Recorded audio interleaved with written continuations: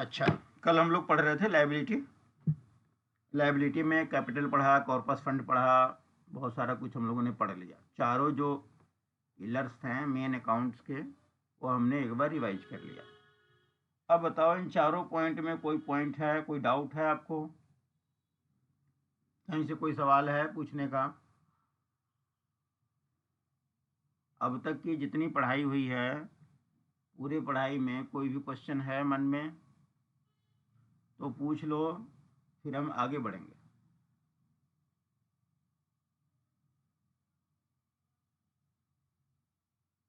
हम्म,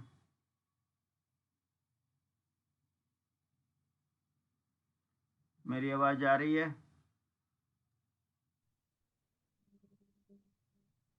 hello, हम्म। मैं कह रहा हूँ कुछ पूछना उछना है पुराने में से, कोई भी सवाल डाउट हाँ कुछ भी? सर।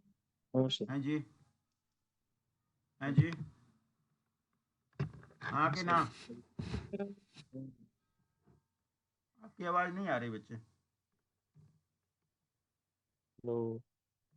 हाँ, मैं कह रहा हूँ कोई डाउट भी है? यस कि नो? No sir. ओके, आगे बढ़ूँ फिर? Yes sir. हम्म,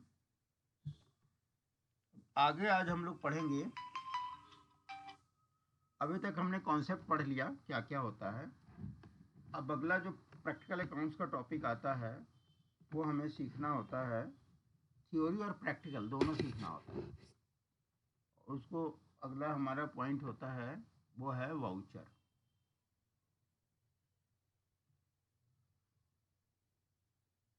वाउचर का नाम सुना है? जी। क्या होता है? जो कुछ सर, आप जानते सोर्स हो वही डॉक्यूमेंट। बताओ। हैं जी?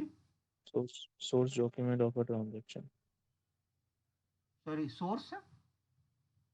Source document of a source transaction. Joking? Source joking?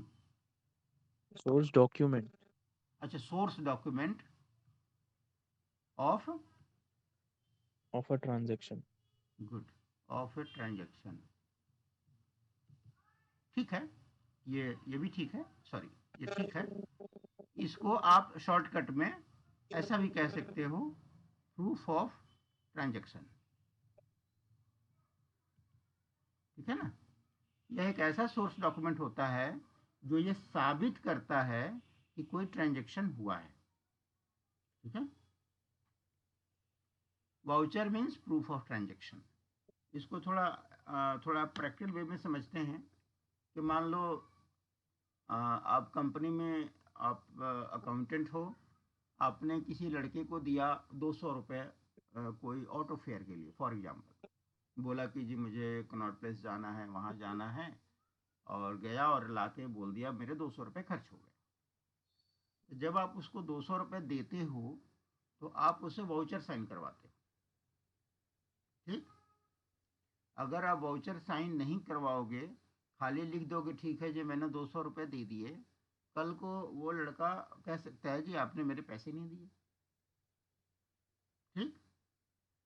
तो जब भी हम किसी को, एक एग्जांपल दिया कि किसी को कोई पेमेंट करते हैं तो उसका हम वाउचर साइन ले लेते हैं, ताकि हमारे पास एक प्रूफ रहता है। कल को वो डिनाई नहीं कर सकता कि आपने तो मेरे पैसे ही नहीं दिए, मेरा ये बिल पेंडिंग है, वो बिल पेंडिंग।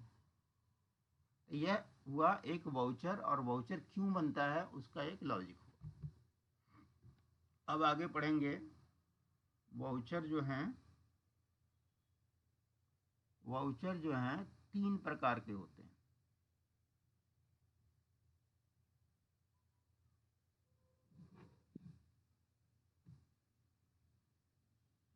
जाती जिंदगी में कैश वाउचर 3 प्रकार के होते हैं। एक होता है आपका कैश वाउचर, एक होता है बैंक वाउचर, एक होता है जर्नल वाउचर।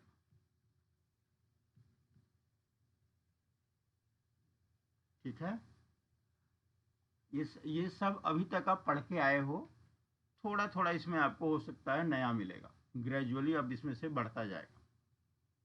थ्योरी से थोड़ा सा जब प्रैक्टिकल की तरफ चलोगे तो इसमें आपको और एक आध चीज़ें नहीं मिल सकती। जब हम बुक कीपिंग करते हैं तो उसमें ये 3 प्रकार के वाउचर हमें बनाने पड़ते हैं, सामने आते हैं। आगे चल के इसको और बाइफरकेट करते हैं, बट मेन यही 3 है। हम तीनों पढ़ेंगे। कैश वाउचर में भी 2 होते हैं, cash receipt voucher,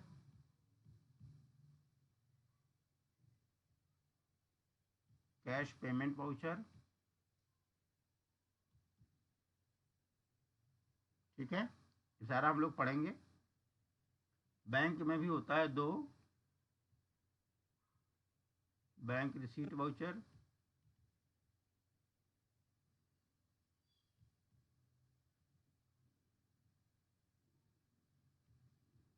bank payment voucher. और जर्नल में कितने वाउचर होते हैं? इसमें एक तो जर्नल वाउचर होता है, एक आपका इसी में आता है डेबिट नोट, इसी में आता है credit note.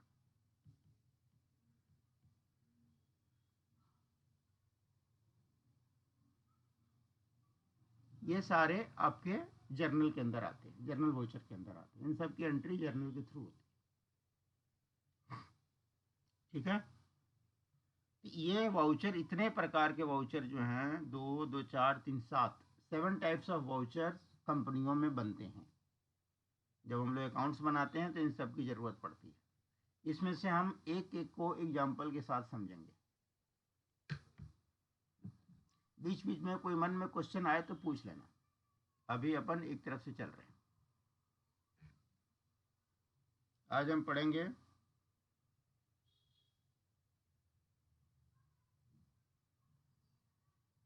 Cash voucher.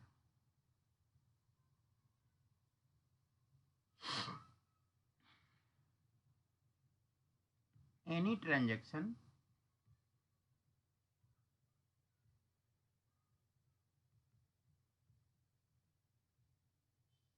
involving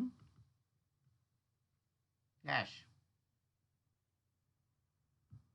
is said to be a cash voucher. ऐसा कोई भी ट्रांजैक्शन जिसमें कैश इन हैंड इन्वॉल्व होता है, यहाँ कैश कह लो या कैश इन हैंड कह लो, इन्वॉल्व होता है, इसको हम लोग कैश वाउचर कहते हैं। कैश वाउचर बहुत सारी कंपनियों में क्या होता है, अभी आपने नहीं देखा होगा, बाकायदा वाउचर जो प्रिंट करवाया जाता है उसके ऊपर कैश वाउचर टाइप कर लेते हैं, प्रिंट करा लेते हैं। बड़ी कंपनी है, बहुत सारा कैश जाता है, तो उसमें वो लोग कैश वाउचर ही प्रिंट करवा लेते हैं अलग से। मार्केट में कभी वाउचर देखा है तुमने? नहीं देखा। ये एक वाउचर पैड खरीद लेना, उस पर आपको स्टेशनरी की शॉप में जाओगे, उसमें आप बोलोगे वाउचर पैड दे दो भैया। मेरे ख्याल 20 रुपये या 30 रुपये का एक पैड देगा आपको, और उसमें करीब 100 वाउचर होते हैं, कुछ में 50 का भी होता है शायद, अलग अलग कंपनी वाले छापते हैं। तो पहले एक वाउचर पैड तो खरीद लेना, और उस वाउचर पैड को खरीद के उसमें देखना उसमें क्या क्या लिखा है। आज खरीद लेना, कल हम लोग उसमें डिस्कस करेंगे कि वाउचर में क्या लिखा है, कहाँ पे लिखा है, और उसका क्या मतलब होता है, बनाते कैसे हैं उसको, सारा कुछ हम लोग सीखेंगे। तो उससे आपको आइडिया होगा कि एक स्टैंडर्ड वाउचर पैड कैसा होता है। वो तो होता है स्टैंडर्ड पैड, इसलिए मार्केट में छपा हुआ मिलता है। उसी के स्टाइल में कंपनी वाले अपना पैड भी छपवा लेते हैं, अपना खुद का वाउचर पैड छपवाते हैं। तो वो लोग भी अपनी कंपनी का नाम लिख लेते हैं, कुछ कुछ कर लेते हैं। अगर कंपनी को लगता है कि ये मैं कैश वाउचर अलग बनवाऊँ, बैंक वाउचर अलग बनवाऊँ, जर्नल वाउचर अलग बनवाऊँ, डेबिट नोट अलग बनवाऊँ, तो वो लोग अपना वैसा भी वाउचर पैड छपवा सकते हैं या छपवाते भी हैं। क्लियर हुआ? तो आज याद से एक वाउचर पैड खरीद लेना, कल उसको हम लोग इसी वाउचर के संदर्भ में उसको पढ़ेंगे, देखेंगे, समझेंगे कैसे होता है। अभी बात करते हैं कैश वाउचर की। कैश वाउचर वो वाउचर कैश वाउचर हम तब बनाते हैं जब हम कैश में लेन देन करते हैं।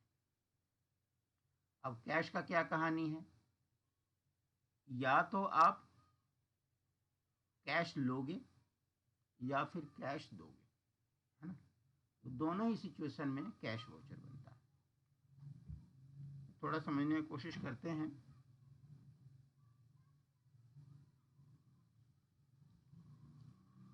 जैसे कैश के ट्रांजैक्शन को थोड़ा ऐसे समझते हैं, जैसे अभी कैश वाउचर तो आपने समझ लिया, पहले अपन कैश रिसीट वाउचर पढ़ते हैं। Cash receipt voucher, cash receipt voucher नाम से ही जाहिर है, इसको शॉर्टकट में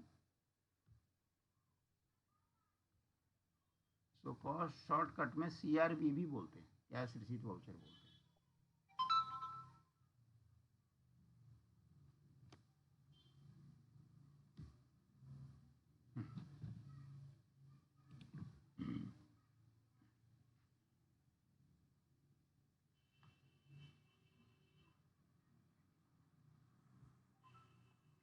ओके, तो कैश रिसीट वाउचर में हम लोग उसको समझते हैं जब अपन कैश रिसीव करते हैं, when cash is received, a CRV is made। Cash हम रिसीव कब कब कर सकते हैं, किन किन सिचुएशन में कर सकते हैं, पहले ये समझो। जब भी अपन कैश रिसीव करते हैं, तो जैसे मान लो ये हो गया मेरा कैश, और जब भी हम कैश रिसीव करते हैं तो कैश हमेशा डेबिट होता है, और जो इसका सोर्स होता है वो हमेशा क्रेडिट होता है। यानी जब भी कैश रिसीव होगा, कैश इज डेबिटेड। ये आप ऑलरेडी जानते हो, पढ़ चुके हो। कैश डेबिट होता है मतलब कैश मेरा बढ़ रहा है। इसको देसी भाषा में समझो, कैश डेबिट हो रहा है मतलब कैश इज इंक्रीजिंग, ठीक है ना। इससे हम लोग समझते हैं कि मेरा कैश बढ़ रहा है, मतलब ये कैश रिसीट वाउचर है। अब सवाल आता है कि कैश आता कहाँ से। आने के बहुत सारे सोर्स हैं, कुछ तो आपने थ्योरी में भी पढ़ी होगी, कुछ हम लोग और भी जानने की कोशिश करेंगे। कैश आने के क्या क्या जरिए हो सकते हैं। एक तो आपका सेल से आ सकता है जी, गुड्स सोल्ड ऑन कैश। एक तो आपका सेल से आ सकता है, सेल कह लो या कोई भी इनकम का हेड कह लो, सर्विस चार्ज कह लो, जॉब वर्क कह लो, कंसल्टेंसी कह लो, ऐसी कोई भी, मतलब सेल का मतलब है यहाँ पर इनकम का हेड से मतलब, यानी कोई भी आपने कमाई करी वो आपको कैश दे गया। वॉकिंग कस्टमर था, आपने उसका काम किया, उसने आपको कैश दे दिया। तो यहाँ से इनकम से आप कैश रिसीव करते हो। और क्या सोर्स हो सकता है, और पैसा कहाँ से आ सकता है, थोड़ा सोचो। ऐसा कैश ट्रांजैक्शन जिसमें मेरा कैश बढ़ रहा है और सोर्स कुछ और हो सकता है, सेल या इनकम के अलावे क्या सोर्स हो सकता है, वो हो सकता है आपका बैंक से। ऐसा भी होता है कि बैंक से हम कैश निकालते हैं, बैंक क्या हो जाता है, क्रेडिट हो जाता है। इधर जो भी हेड होता है वो क्रेडिट होता है, और ये कैश हमेशा डेबिट होता है। और कहाँ से पैसा आ सकता है, और कौन से हेड से पैसा आ सकता है, सोचो।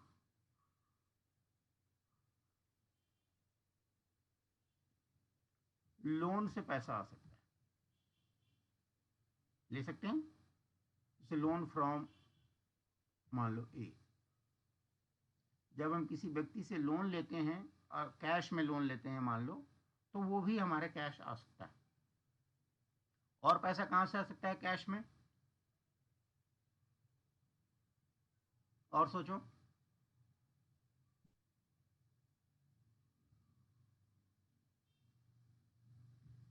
कैपिटल से आप पैसा डाल सकते हो। मालिक जब कोई बिजनेस शुरू करता है तो कई बार थोड़ा कैश भी लगाता है घर से, तो वो कैश भी आप रिसीव कर सकते हो कैपिटल। और कोई समझ में आ रहा है? सर ये रिसीप हमें देनी पड़ती है उनको या हमें मिलती है?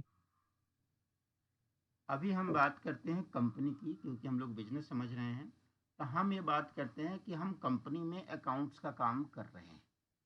ठीक है, हमारा जो इस वक्त रोल है वो एक अकाउंटेंट का रोल है। तो और मैं किसी न किसी कंपनी के लिए काम कर रहा हूँ। मान लो ऊपर कोई कंपनी है एबीसी, एबीसी का मैं हिसाब किताब बना रहा हूँ।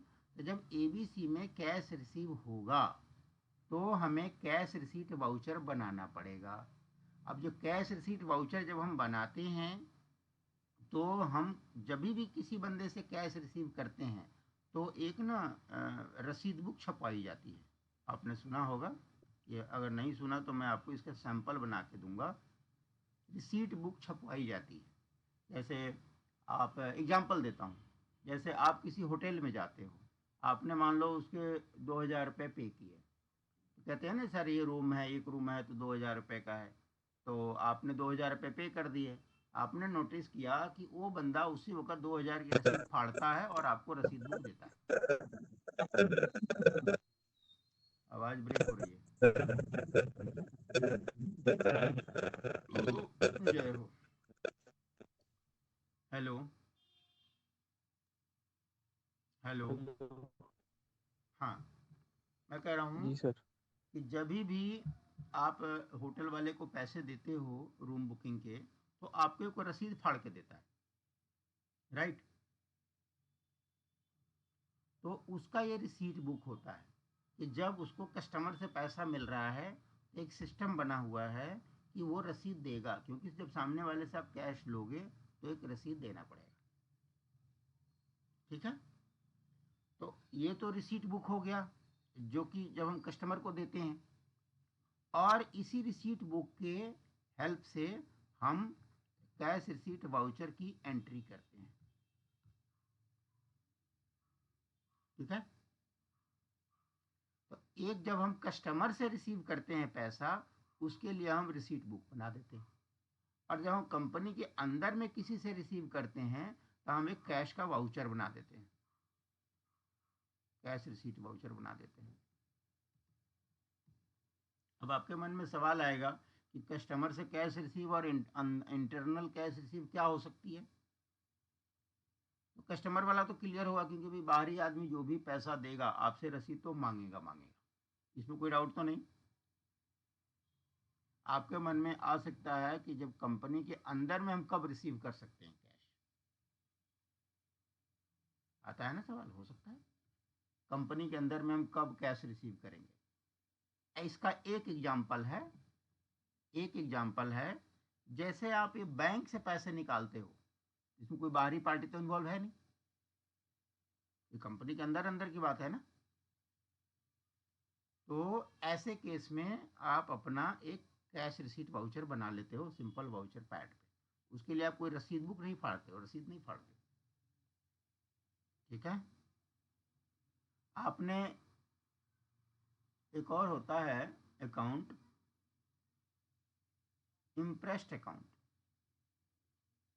एक नया वर्ड आता है, तुम जानते हो नहीं जानते हो बताना।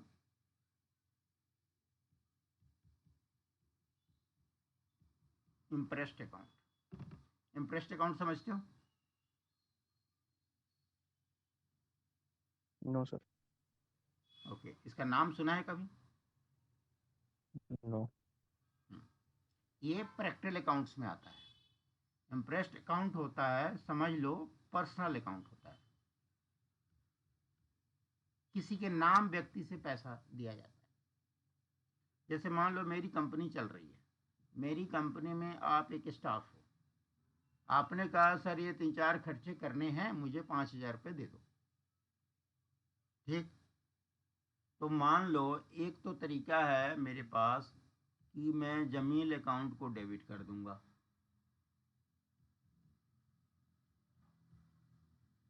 टू कैश 5,000 रुपये, ऐसे होगा ना। सॉरी, तरीका है कि मैं जमील अकाउंट को डेबिट कर दूंगा, 5,000 रुपये कैश दे दूंगा। यहाँ पर जमील अकाउंट ना लिख करके हम इम्प्रेस्ड अकाउंट लिखते हैं, इम्प्रेस्ड अकाउंट जमील। इम्प्रेस्ड का मतलब ये होता है कि मैंने जो इसको पैसा दिया है वो टेम्परेरी तौर पे दिया है, कुछ काम के लिए दिया है। कई बार ऐसा होता है कि 5,000 तो मैंने दिए, लेकिन जब जमील खर्चा करने गया तो उससे 5200 रुपये खर्च हो गए। हो सकता है 200 रुपये अपनी जेब से लगा देता है, फिर वो 5200 का हिसाब देता है, फिर 5,000 तो मैं पहले दे चुका हूँ, उसको 200 रुपये और दे देता हूँ। तो ये इम्प्रेस्ड अकाउंट बोलते हैं इसको। इसको ऐसे अकाउंट को इम्प्रेस्ड अकाउंट बोलते हैं जो टेम्परेरी लोन टाइप से देते हैं, एडवांस टाइप से दे देते हैं। ये क्लियर हुआ? ओके। मैंने आपको बताया कि जब भी कंपनी के अंदर कैश रिसीव होता है तो नॉर्मली ये 3-4 तरीकों से कैश रिसीव हो सकता है। इसी में कई बार हम इम्प्रेस्ड अकाउंट वाला बंदा होता है तो इम्प्रेस्ड अकाउंट से भी हम पैसे ले सकते हैं। कब ले सकते हैं? जैसे मैंने 5,000 दिया था जमील को, जमील ने 4,000 रुपये खर्च किए और 1,000 रुपये मुझे वापस दे दिया। जब भी मुझे 1,000 रुपये वापस देगा तो मुझे एक वाउचर बनाने पड़ेंगे, कैश रिसीट वाउचर, ताकि उसके अकाउंट को मैं क्रेडिट कर दूं और कैश को डेबिट कर दूं। ये क्लियर हुआ? ये तो हुआ समझने के लिए कि भाई ऐसे ऐसे सोर्सेस से पैसे आते हैं और हम इसके वाउचर्स बनाते हैं। अब बनाते कैसे हैं ये तो थ्योरी हो गया, अब प्रैक्टिकल वे में बनाते कैसे हैं। अब यहाँ से अपन एग्जाम्पल शुरू करेंगे।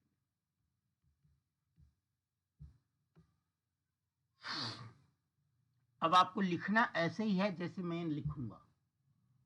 जब आप होमवर्क करोगे, वाउचर बनाओगे, तो लिखोगे वैसे ही जैसे अभी मैं लिखने जा रहा हूँ। वर्डिंग्स कुछ ऐसी ही होनी चाहिए।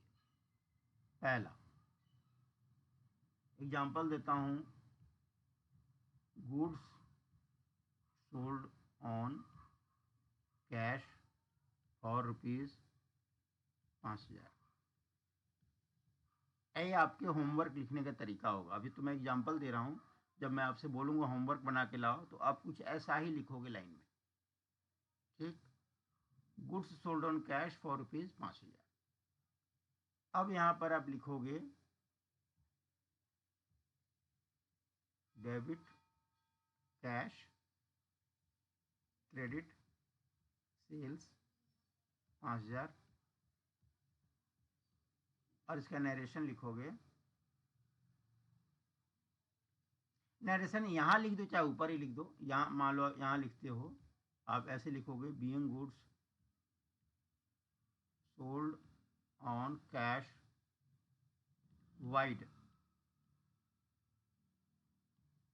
इनवॉइस नंबर मान लो 0043।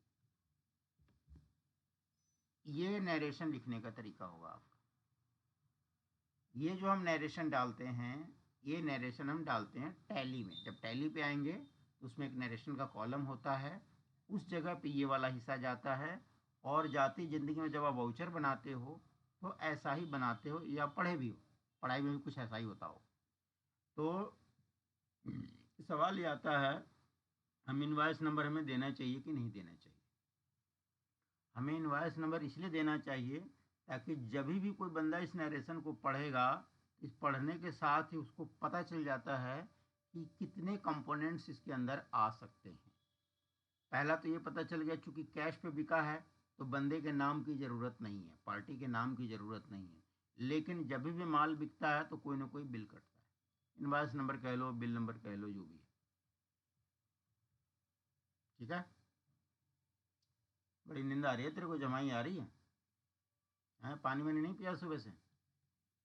नींद जी पूरी नहीं हुई है क्या? नहीं हो रही। हो गई। हम्म, अच्छा, ये समझ में आया आपको? जब हम जब भी हम कैश पे बेचते हैं माल को, तो हम ऐसे लिखते हैं। दूसरा एग्जांपल देता हूँ मैं, दो चार एग्जांपल देने की कोशिश करता हूँ, और यही नरेशन आपसे मुझे चाहिए। दूसरा है, ऐसे हम लिख सकते हैं, tuition fees received on cash for ₹10,000। कोई भी इनकम आप ले सकते हो। पहले मैंने गुड्स सोल्ड किया, अब मैं ट्यूशन फीस रिसीव कर रहा हूँ। मान लो कोई कोचिंग इंस्टीट्यूट है हमारा, और बच्चे पैसे दे रहे हैं, तो यहाँ भी आप ऐसा ही बनाओगे।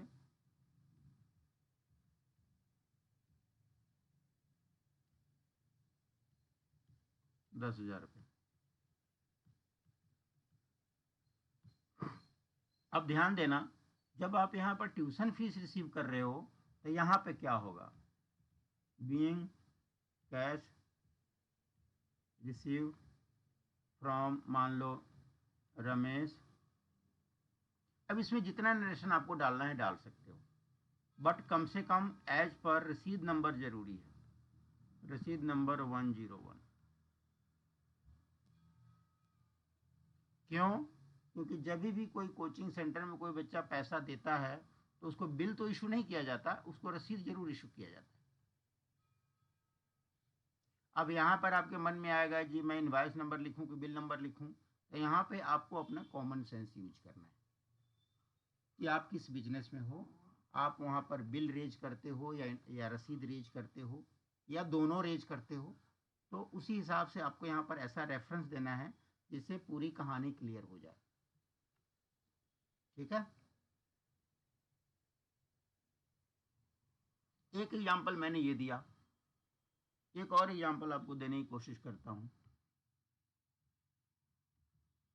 कैपिटल इंट्रोड्यूस्ड बाय रमेश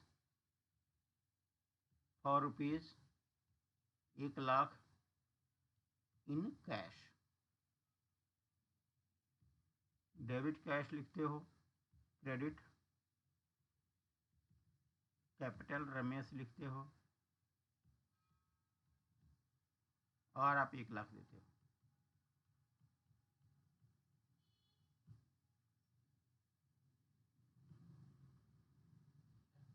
इसमें कोई डाउट है? No sir. चौथा एग्जाम्पल देता हूँ, cash withdrawn from bank vide cheque number 010123 for ₹2,00,000।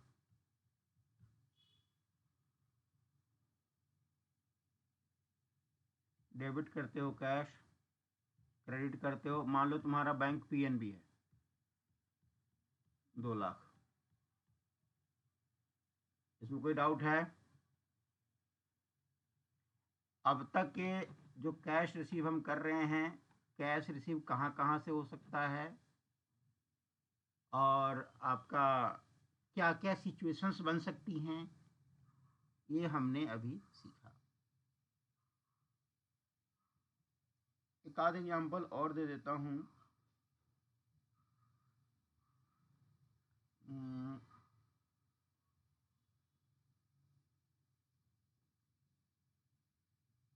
मान लो एक और एग्जाम्पल दे देता हूँ, temporary loan received from Ramesh और ₹50,000 इन कैश। डेबिट आपका कैश हो जाएगा, क्रेडिट हो जाएगा लोन फ्रॉम रमेश अकाउंट।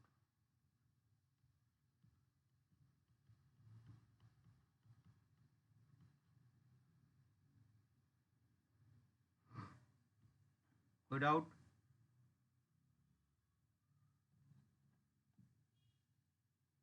ऐसे ही अब आपके लिए होमवर्क है, 5 examples of cash receipt voucher. ये आप बना के लाओगे।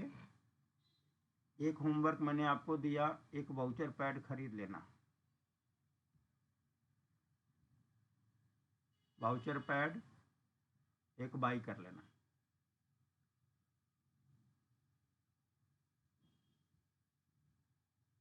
ठीक है, ये वाउचर पैड लाओगे, इसका मैं दिखाऊंगा, इसकी एक फ़ोटो खींच के मुझे भेज देना। इसमें मैं एक एक चीज़ आपको समझाऊंगा, और ये जो मैंने जैसे लिखे हैं एग्जाम्पल्स, इसी तरीके से आपसे एग्जाम्पल्स चाहिए। ऐसे ही कॉपी पे बना के ले आना अपने नोटबुक पे, और इसी को हम लोग उसको देखूंगा कि क्या सही करा आपने, क्या गलत करा, कोई गलती वलती होगी उसको सुधार करेंगे।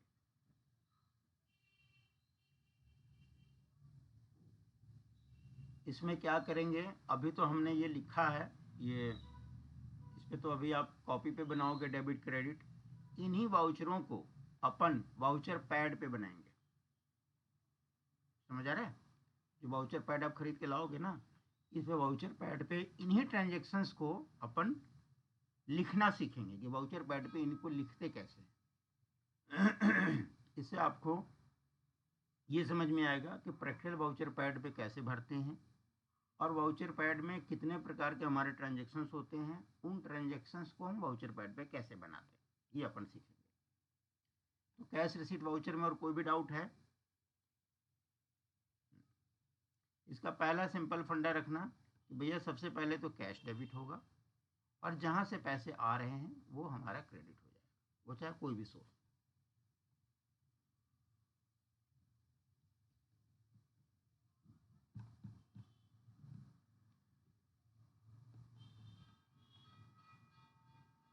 आगे बढ़ूं? यस। अगला हमारा आता है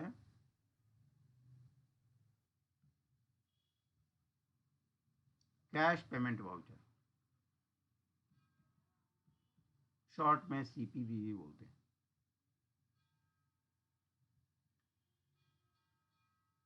इसका सिंपल फंडा है, जब भी हमेशा इसमें कैश क्रेडिट होता है,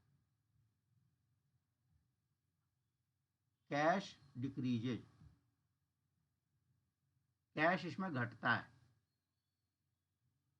ठीक है, कैश इसमें घटता है। जब भी अपन कैश पेमेंट करेंगे तो कैश को क्रेडिट होगा, और जिसको देंगे वो डेबिट होगा। ठीक है जी। एग्जाम्पल के तौर पे हम कैश किस किस को दे सकते हैं? कुछ तो कभी कभी ऐसा होता है, मान लो कोई प्रोप्राइटरशिप फर्म है, उसमें मालिक कैश निकाल लेता है, तो कई बार तो हमें उसका पैसा ही वापस करना पड़ता है।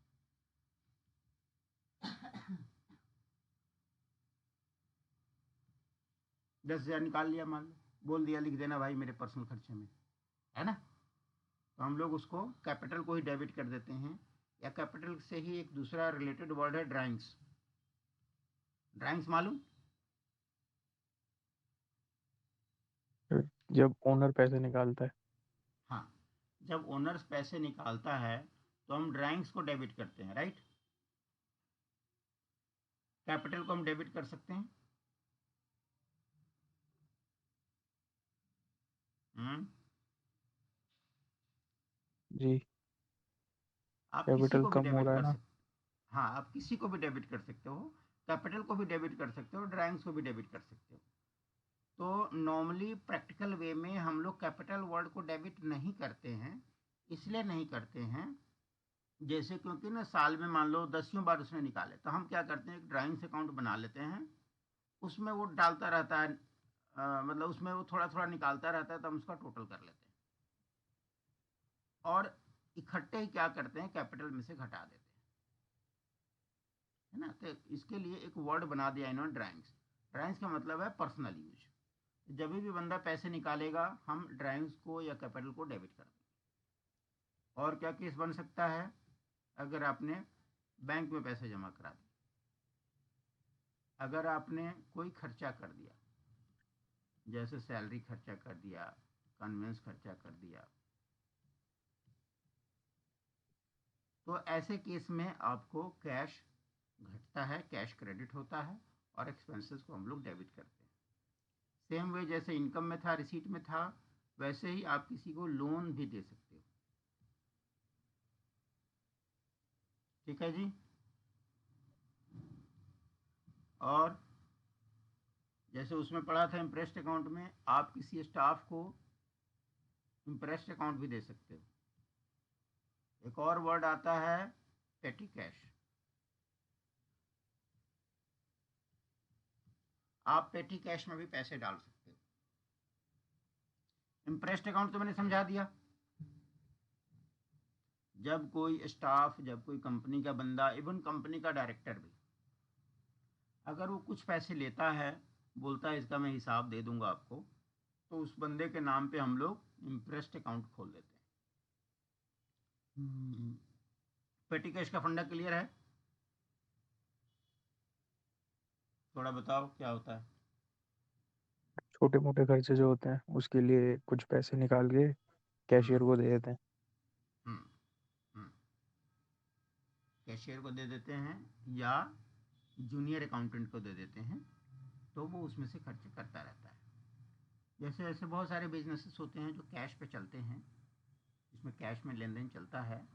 अब क्या हुआ, इसी बीच में चपड़ासी आएगा, कहेगा सर 20 रुपये दे दो, दूध लाना है, 12 रुपये दे दो, एक पेन लाना है। ये छोटे मोटे जो खर्चे होते हैं, इसके लिए हम लोग क्या करते हैं, कुछ पैसे एक तरफ निकाल के रख लेते हैं। अभी जो है मैं आपको थोड़ा सा पेटी कैश के और ना प्रैक्टिकल एस्पेक्ट दिखाता हूँ, पेटी कैश होता क्या है। देखो इसकी एंट्रियाँ कैसे होती है कंपनी में, वो मैं आपको बताता हूँ। जैसे मान लो महीना शुरू हुआ, जनवरी है फॉर एग्जाम्पल, तो 1 जनवरी 25 को मैंने लिखा कैश, ये किसी को दिया नहीं जा रहा है, ट्रांसफर ही किया जा रहा है basically. Cash transferred to petty cash for rupees, मान लो 10,000 रुपये। ठीक है। हो सकता है उसमें एक जूनियर अकाउंटेंट है, अगर आप अकेले हो तो ट्रांसफर लिख लो। मैं बता रहा था कि जब अपन पेटी कैश के लिए पैसे निकालते हैं, तो इसमें आप ये लिख सकते हो, cash transfer to petty cash for ₹10,000 given to Ramesh, debit petty cash, credit cash. मान लो आपने 10,000 रुपये दे दिए। ठीक है। वो पूरे महीने इस 10,000 से काम चलाता है, हर खर्चे का वाउचर बनाता है, उसका खर्चे का वाउचर अलग बनेगा, उसको हम लोग पढ़ेंगे, ग्रेजुअली भी पढ़ेंगे उसको। लास्ट में कहता है 31 जनवरी को, कहता है सर हमारे खर्चे बहुत सारे हो गए, इसमें से 9,000 रुपये कैश खर्चा हो गया, अब बाकी पैसे आप ले लो। 31 जनवरी को एक आपको एक वाउचर देता है, जस्ट एग्जाम्पल के लिए समझ लो। मान लो उसने बोला जी कन्वेंस में खर्च हो गए 6,000 रुपये, स्टाफ वेलफेयर में खर्च हो गए 1,000 रुपये, सॉरी 1,000 रुपये, और प्रिंटिंग स्टेशनरी में खर्च हो गए 2,000 रुपये, फॉर एग्जाम्पल मान लो, टू पेटी कैश कर दिया।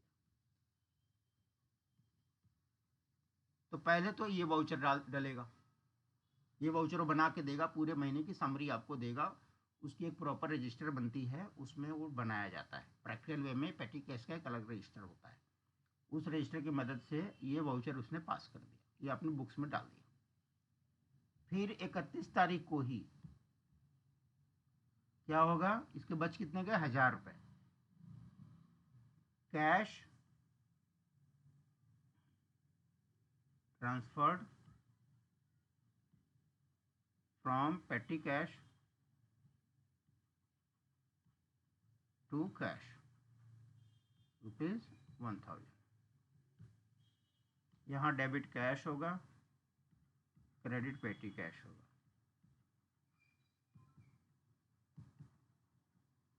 ये समझ में आया? 10,000 लिया था, 9,000 का हिसाब दे दिया महीने के अंत में, और जो पैसे बचे थे वापस भी दे दिए। और यही सिस्टम होता है। पेटी कैश कोई परमानेंट अकाउंट नहीं होता, वो टेम्परेरी अकाउंट होता है। महीने के अंत में उसको क्लोज होना होता है। 31 जनवरी को ये बैलेंस हमेशा ही नील रहता है। किसी महीने में कोई क्लोजिंग बैलेंस नहीं चलता इसका। यह एक छोटा सा अकाउंट होता है जिसमें कि हम हर महीने खर्चा देते हैं और वहाँ से बराबर करते रहते हैं। या तो पेटी कैश मेंटेन मत करो, होता है बहुत सारे कंपनियों में नहीं मेंटेन होता। लेकिन अगर कंपनी बड़ी है, कुछ खर्चे ज़्यादा हैं, बंदे ज़्यादा हैं, तो पेटी कैश मेंटेन होता है, हो सकता है। बट मेंटेन करने का एक सिस्टम होता है जो मैंने आपको बताया। महीने के अंत में उसको पैसे वापस करने पड़ते हैं। Balance is always zero for पेटी कैश। तो ये होता है पेटी कैश का हिसाब। इसमें पेटी कैश में आपने ये देखा कि कई बार पहले तो हम पेटी कैश को देते हैं, फिर उसे लेते भी हैं। तो मैं जो आपको यहाँ बता रहा था कि कभी कभी हम पेटी कैश से पैसा ले भी सकते हैं। कहाँ था ये? पेमेंट में बता रहा था ना, जब पेटी कैश को देते हैं। ऐसे ही कैश रिसीट वाउचर में आप यहाँ पेटी कैसे रिसीव भी कर सकते हो, पेटी कैसे रिसीव भी कर सकते हो। ठीक है। अब ये तो आपको मैंने मोटा मोटा बताया कि कैश की पेमेंट कहाँ कहाँ जा सकती है। ये तो आपने समझा कहाँ कहाँ जा सकती है, ये तो हो गई थ्योरी। अब इसी को वाउचर के रूप में आपको बनाना है। जैसे एग्जाम्पल, जैसे मैंने कैश रिसीट वाउचर का दिया, वैसे ही कैश पेमेंट का वाउचर भी होता है। Cash paid ₹200 to Sohan for auto fare from office to Connaught Place and back. हो सकता है बोला जो ऑफिस से गया, सीपी गया, सीपी से वापस आ गया। तो आपको ऐसे ही लिखना है। आपकी इंग्लिश भी इससे सही पता लगेगी कि आपकी इंग्लिश कैसे चल रही है। आपके जो नरेशन जाते हैं, नरेशन में आपको पूरी बातें लिखनी हैं और सही ट्रांसलेशन के साथ लिखनी है, ताकि मीनिंग क्लियर रहे। डेबिट क्या करोगे? हाँ जी, डेबिट क्या होगा? सोहन। है सोहन। जी नहीं, कन्वेंस। सोहन को जब आप डेबिट कर दोगे तो सोहन के नाम पे पैसा खड़ा रह जाएगा। आपने एसेट में पढ़ा था, जब हम एसेट पढ़ रहे थे उसमें लोन्स एंड एडवांसेस अकाउंट था। तो जब भी आप सोहन को डेबिट कर दोगे तो सोहन क्या हो जाएगा? वो लोन्स बन जाएगा। सोहन के नाम पे पैसा खड़ा रह जाएगा। तो सोहन डेबिट नहीं होगा, लेकिन कन्वेंस डेबिट होगा, क्योंकि वो खर्चा किया है उसने, ऑटो का फेयर उसने पे किया है, वापस नहीं देगा पैसे आपको। जब एक बार पैसा खर्च हो जाता है तो वापस नहीं मिलता, वो एक्सपेंस कहलाता है। क्लियर हुआ?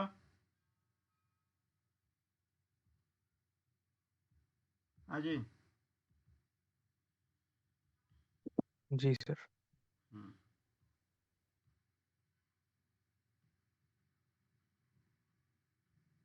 20,000 cash drawn by proprietor. Debit drawings, credit cash 20,000। ठीक है जी। और एग्जांपल दे सकता हूँ। और क्या एग्जांपल हम लोग दे सकते हैं? बैंक में जमा किया,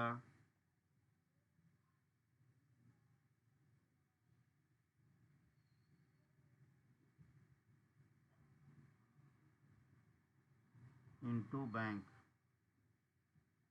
₹40,000।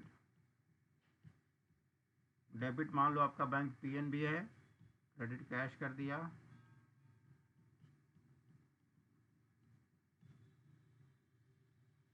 कोई डाउट? अब होमवर्क, पेमेंट के आप पेमेंट को तो आप ज़्यादा बना सकते हो, चलो आप 5 ही लाओ। 5 कैश पेमेंट वाउचर्स, ऐसा एक तो लिख के लाओगे जैसा मैंने लिखा है, और इसका वो वाउचर पैड भी खरीद के लाओगे। तो वाउचर पैड लेके आना, इस पे अपन वाउचर पैड पे बनाना कल सीखेंगे, ठीक है जी। तो आज हमने क्या सीखा? आज हमने सीखा कैश वाउचर, इसके दोनों सीखे, cash receipt voucher, cash payment voucher. इसका तो हमने अभी कॉन्सेप्ट सीखा इसका, और इसके नरेशन सीखे। हम लिखते क्या हैं इसके अंदर।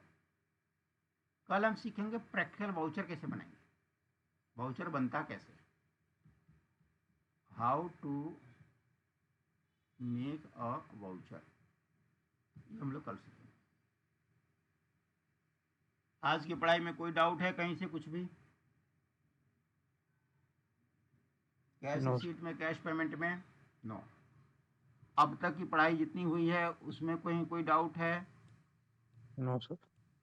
आपने सारा रिवाइज कर लिया है? यस। ध्यान रखना, मैं कभी भी कहीं से भी कुछ भी पूछ सकता हूँ, ये ध्यान रखना। मुझे मेरे क्वेश्चंस का आंसर चाहिए होता है, नॉर्मली मैं पूछता नहीं हूँ, लेकिन कभी भी कुछ भी पूछ सकता हूँ। कोई भी बात चलेगी मैं पीछे का उठा के पूछूंगा आपको, ठीक है?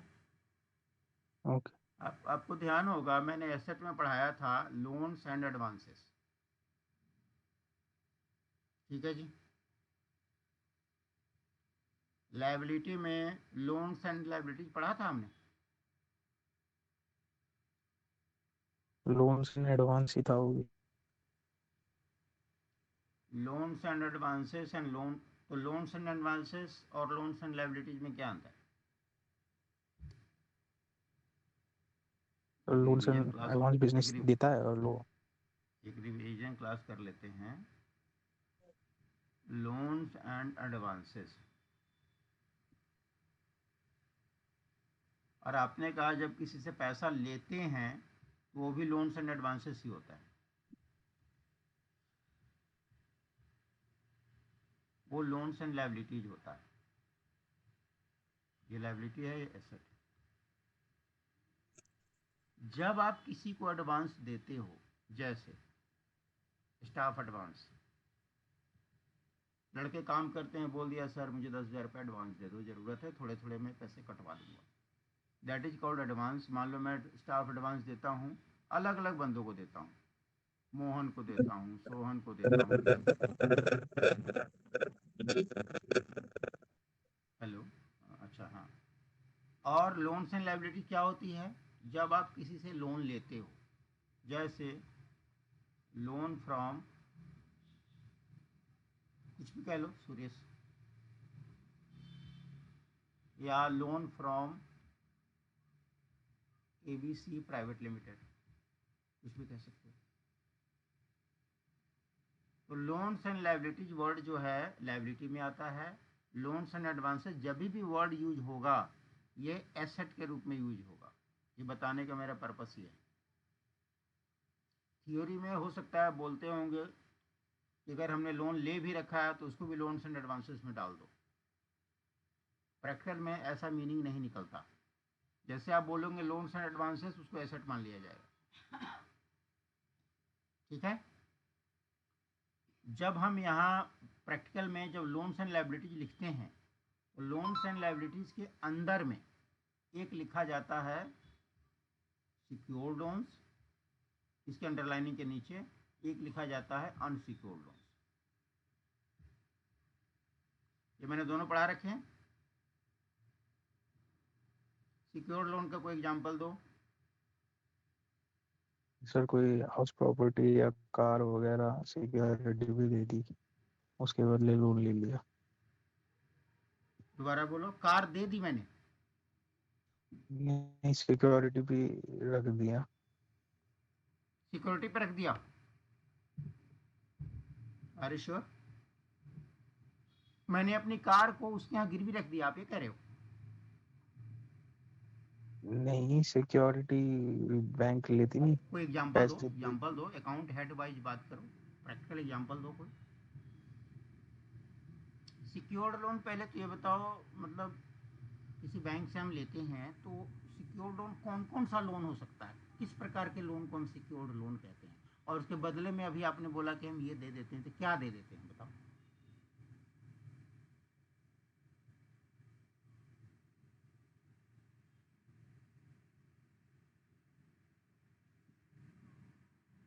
आपने कार लोन की बात करी, प्रॉपर्टी लोन की बात करी, ठीक है, ये सारे सिक्योर्ड लोन हैं, ये बात ठीक है। बट इसको प्रैक्टिकली हम इसमें क्या देते हैं, उसको बैंक को हम क्या देते हैं? कुछ देते भी हैं।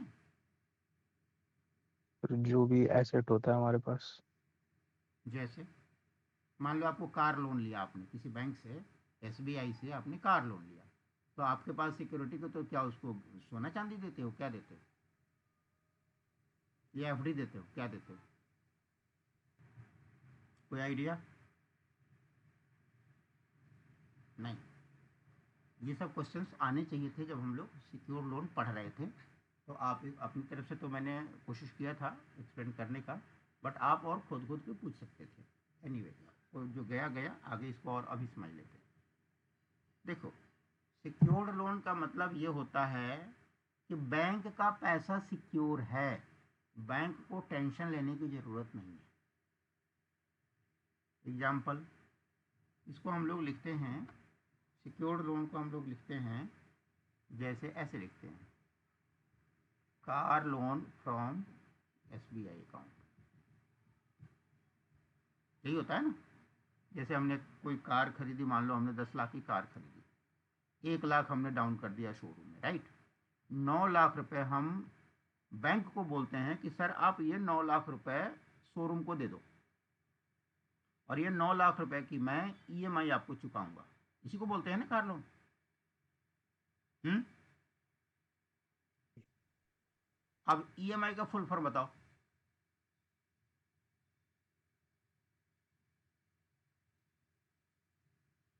बोलो। मंथली इंस्टॉलमेंट होता है कुछ। एम तो मंथली इंस्टॉलमेंट, ये बात तो ठीक है। ई का मतलब क्या है? एवरी। एवरी।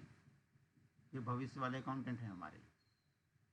आप अकाउंट्स में रहने वाले हो, अकाउंटेंट बनने वाले हो, ये छोटी छोटी चीज़ें होती हैं, इन पे आपको अपना नॉलेज बढ़ा के रखना चाहिए। ईएमआई एक नाम पे मूवी भी है, तेरे को पता है?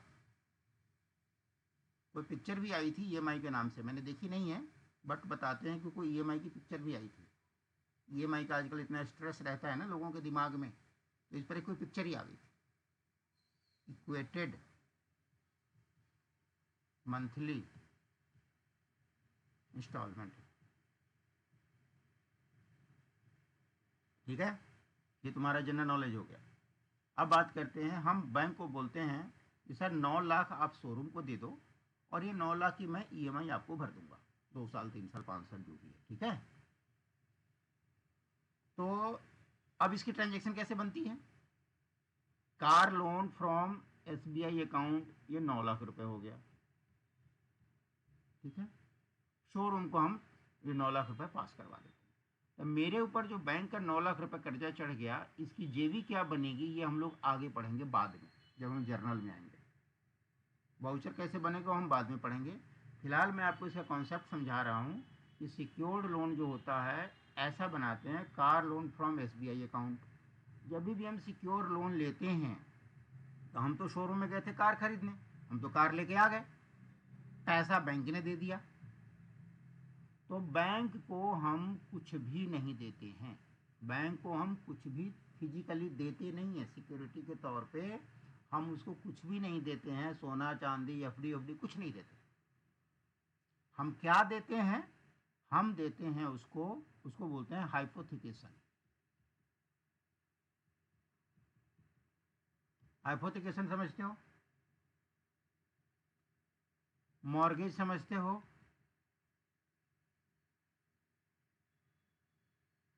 हाँ कि ना? नहीं। ऐसा होता है, हाइपोथिकेशन का मतलब होता है मालिकाना हक। कागज में जो है, जो गाड़ी की जब आरसी मिलती है तो आरसी पे एसबीआई का नाम लिखा होता है, यानी उस गाड़ी का मालिक जो है बैंक है। रजिस्ट्रेशन आपके नाम पे रहेगा, आप चला सकते हो, लेकिन उसका मालिकाना हक किसके नाम पे है? बैंक के नाम पे। बैंक। यही हक जो कि लुक्स लाइक इनटेंजिबल, ये आप उसको देते हो। आप बैंक की किस्त नहीं भरो, 2 या 3 महीने में बैंक गाड़ी उठा लेगी। क्यों? क्योंकि मालिक उसका वही है, हाइपोथिकेशन उसी के पास। जब मकान की बात आती है तो मकान के लिए वर्ड यूज किया जाता है मॉर्गेज। जब हम किसी को मकान गिरवी रख के पैसा उधार लेते हैं तो उसको मॉर्गेज वर्ड बोला जाता है। लेकिन जब होम लोन की बात करते हैं तो वहां भी हाइपोथिकेशन यूज किया जाता है। दोनों में अंतर समझ में आया, हाइपोथिकेशन और मॉर्गेज में? मन में डाउट लगे तो और दोबारा समझा दूंगा। मॉर्गेज का मतलब होता है जब हम किसी को गिरवी देते हैं सामान। मकान मेरा खुद का है, लेकिन मुझे आज 5 लाख की ज़रूरत है, तो मैंने किसी आदमी को पकड़ा, बोला भैया मुझे 5 लाख दे दो और मकान के कागज़ में गिरवी रख देता हूँ, साइन वाइन करके दे देता हूँ कि जब तक पैसे नहीं दूंगा आप मुझे मकान वापस नहीं करो। That is called mortgage. Hypothecation क्या होती है? जब हम लोन लेते हैं बैंक से, लोन लेते के टाइम पे हाइपोथिकेट हो जाती है, मॉर्गेज हो जाती है। मकान के लिए मॉर्गेज यूज करते हैं, गाड़ियों के लिए हाइपोथिकेशन वर्ड यूज करते हैं। ये तुम्हारा थोड़ा सा रिवीजन हो गया एसेट्स और लायबिलिटी का। ऐसे कभी कोई टॉपिक लगे तो यू कैन डिस्कस। कोई भी पॉइंट कहीं लगे कि ये कैसे होगा, उस केस में क्या करेंगे, कैसे करेंगे, तो आप ये पूछ सकते हो। आज तुमको 2 नया वर्ड मिला, हाइपोथिकेशन का, मॉर्गेज का और सिक्योर्ड लोन का। अनसिक्योर्ड में क्या होता है? सिंपल होता है, इसमें कुछ भी हम मॉर्गेज नहीं देते। इसमें हम खाली जैसे मान लो सैलरी पे, सैलरी का स्लिप दिखा दिया, हाँ जी मुझे इतनी सैलरी मिलती है, बैंक ने क्या किया, 2 लाख रुपए का लोन दे दिया। उसको लगता है कि चलो जॉब करेगा तो पैसे दे ही देगा, तो इसमें हम कुछ भी उसका सिक्योरिटी नहीं देते। इसमें सिक्योरिटी के तौर पे हाइपोथिकेशन देते हैं। क्लियर हुआ? आपको जो होमवर्क दिया है बना के लाना, फिर कल मिलते हैं। क्लियर? कोई सवाल तो नहीं आज का बच्चे? No sir. Okay bye.